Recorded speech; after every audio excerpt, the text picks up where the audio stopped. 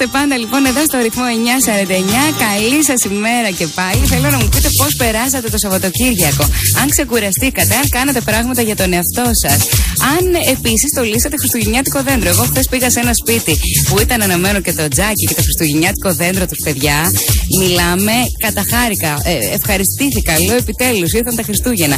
Και από ό,τι βλέπω στους δρόμους και όλες τα πρώτα μαγαζιά έχουν αρχίσει τους χριστουγεννιάτικους στολισμούς, έτσι.